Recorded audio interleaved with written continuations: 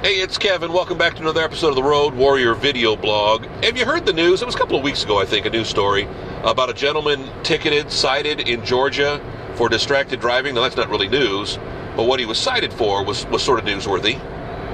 He was cited not for driving while talking on a cell phone or driving while texting, but driving while eating a double quarter pounder with cheese. And I don't think the sheriff's deputy, I believe it was the sheriff's deputy who ticketed him, had a problem with it being a double quarter pounder with cheese, but basically saying he was eating his hamburger and was distracted, and you can't be distracted. It's going to court. This guy's going to fight it, and I don't blame him. I can't imagine not eating and driving. It's kind of the American experience. I think from the time I got my license 37 years ago, probably within a couple of weeks of getting my license, once I was comfortable enough driving down the road without that great fear of hitting something, I was eating and driving.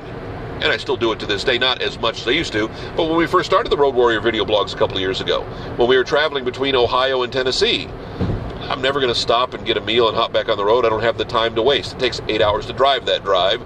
So I'd stop and, whether it was at a convenience store or grab a burger or wherever it was, go through a drive-through, tacos even. Actually more burritos, because burritos are easier to drive with. Not that I can't eat tacos and drive, because I've done that too.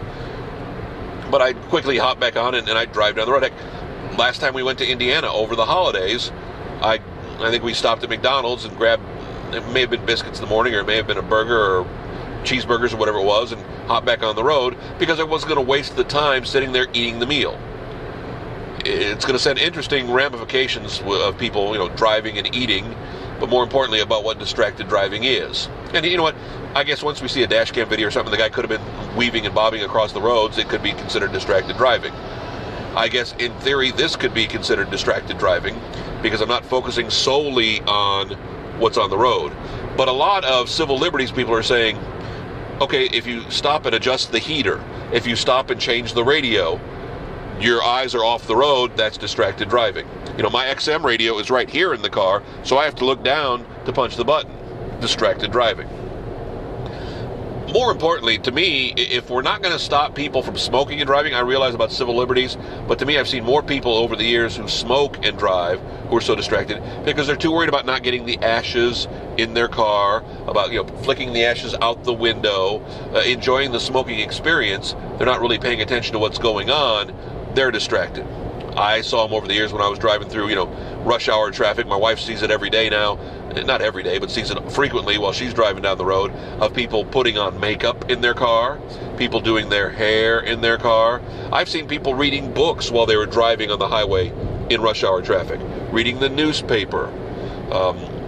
I've never actually done it with a computer, with a laptop while driving, but you've seen people who will set up their video monitors and watch TV while driving, or watch a DVD or a video or something like that, even though you're only supposed to do that in the back row of seats.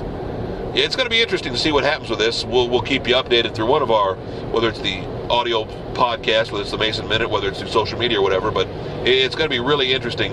The message this sends, number one, and number two, if it is approved, how many more people will follow through with that? You know what? I understand we've got to keep our roads safe, but at the same time, boy, I think that's going over the top. Another Road Warrior video blog, kevinmason.us. But again, if you're watching this, you probably already know where to find it online, or I guess maybe if you clicked it somewhere on social media, you don't necessarily know to make a note to bookmark kevinmason.us. As well, you can find us too and subscribe on YouTube. We post them on YouTube.